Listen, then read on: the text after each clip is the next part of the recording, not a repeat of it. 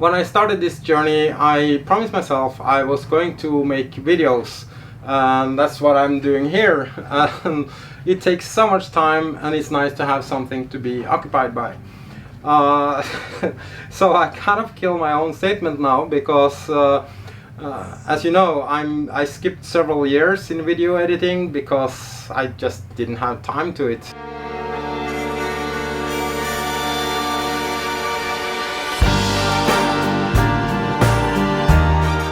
If you're being inspired of my videos to go sailing solo, that's awesome. You should definitely do it. But you should be aware of one thing, that it sometimes can be a little bit lonely, and sometimes you can be even bored. How strange that even sounds, but it's totally possible. So my advice to you is that if you are capable of entertaining yourself and you feel comfortable being around only yourself, then you're definitely the right person to do this. But if you are afraid of being alone and really struggle to entertain yourself, being a solo sailor can be hard. That's the reality. If you ever been overlooking this beach in Martinique last years, you would probably notice something is missing. When I first visited this beach back in 2019, this was the first thing I noticed, and it reminds us about the Hurricane Maria in 2017. What a sad sight to see such a beautiful yacht stranded. This has most likely been one of the most photographed spots in Martinique ever since 2017. And I was even here in 2020, and so was this yacht, but now missing lots of parts and the mast that was removed because of the danger for coming down.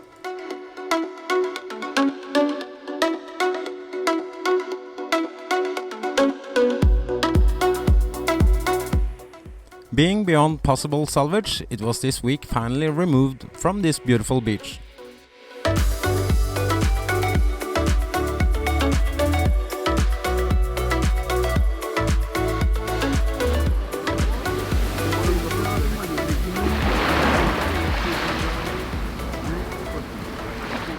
I really like this beach here in St. Anne. And I had a tiny cooler with me because I planned to enjoy my evening here and have a cold beer before the sun sets. And just to enjoy the sound of the waves.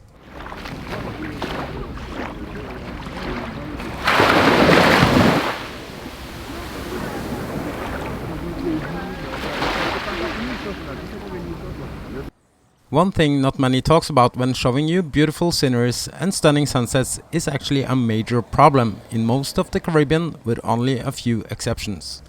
Which is the main reason for me rushing back to the dinghy dock here and to go back home to be free.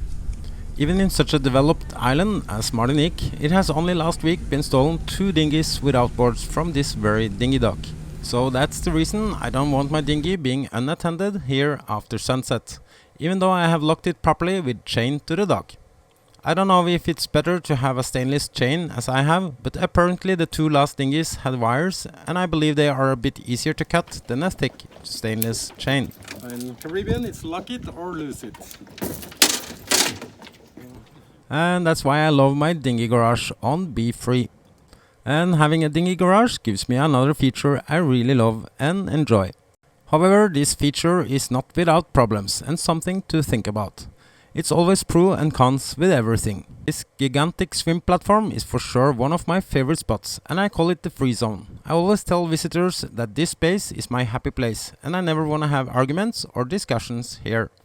You will often find me sitting here, and it's for a reason. Of course, it's a really cool feature to have this option as well. But the problems with my swim platform is the main reason for using this space just as much. And you will often see my garage door, aka the swimming platform, in half open position. And the reason is, in busy places like here, there will always be a risk for someone driving like this. And the wakes after a boat can actually destroy the lifting arms of the platform. Dinghy sailing is and will always be something special to me, and I love to watch these kids that are so privileged to be out practicing and learning sailing in the best possible way. If you want to be a good sailor, start with a dinghy. Just like a normal household, also sailors need to go grocery shopping. The difference is my dinghy is my car and the dinghy dock is the parking lot. Here you can even leave your trolley at the dock. And if I feel a bit homesick, I can even buy Norwegian food, even though the kilo price here is like if it was gold. Back home, seafood is dirt cheap and prime quality. So I guess I'm not that homesick yet. Even though the most famous boat wreck at the beach is removed, it's still a dozen of wrecks around here. If you ever consider spending your hurricane season around the Windward Islands, only the dinghy ride from the grocery store should be able to give you some good arguments not to. I'm not saying it's impossible, just that my risk profile is pretty low, and I would never do it, even though some years you could be lucky having the best cruising season ever. This week it has been quite windy and rainy, and as you can see, the rain is coming my way again. Looks like I was lucky again, just getting on board before the tropical showers passing by. Just made it back.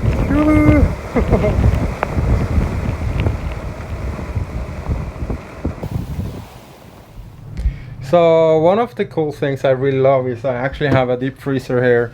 I have a fridge here, and also a cooler there, microwave, ice machine, even a dishwasher down here. So this boat is fully equipped for everything you need for going cruising. So anyway, I'm gonna have some meat because I'm gonna cheat a little bit. I'm gonna make a really fast, lazy dinner. I just back home in Norway, when I made this kind of dinners, I just call it the potato chips dinner.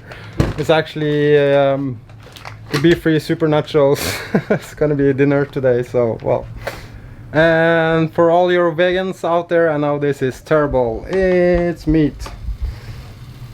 But anyway, I'm not gonna fake. That's what I'm gonna make today, and that's it. So like it or not, at least I have some vegetables here. So I'm gonna throw in some pepper, some onion, and some tomatoes. And I think it's gonna be nice. Sprinkle with cheese on top and then gratinate it. It's gonna be awesome. I actually like to make food, and sometimes I make more complicated food. I can show you some photos or videos, but not today. I don't have time for it because I gotta go to shore, meet some friends. And now you probably think that was a lot of meat for one person. Yeah, it's a lot of meat, but I'm definitely not gonna eat everything today. I put some in the freezer, save some tomorrow for making some tortillas or sandwich, toast, whatever. But well, okay, so I have to keep going. I was not as good as multitasking as I promised, but I will try.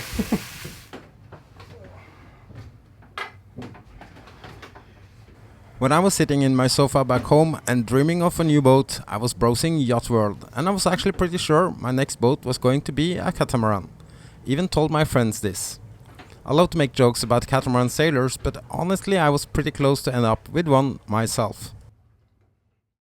So my next episode I'm gonna answer a lot of questions because some of you guys send me messages mostly on Instagram that I would like to make a video about why do I sail around the world single-handed on a Bavaria 55 and not a 45 or other brands. And now and then I got it, yeah man, you cannot sail a Bavaria, it's not a blue water cruiser. Well, it's certified for all oceans for 16 persons. So, well, anyway, next episode, make sure you don't miss it. I'm gonna explain a lot of things.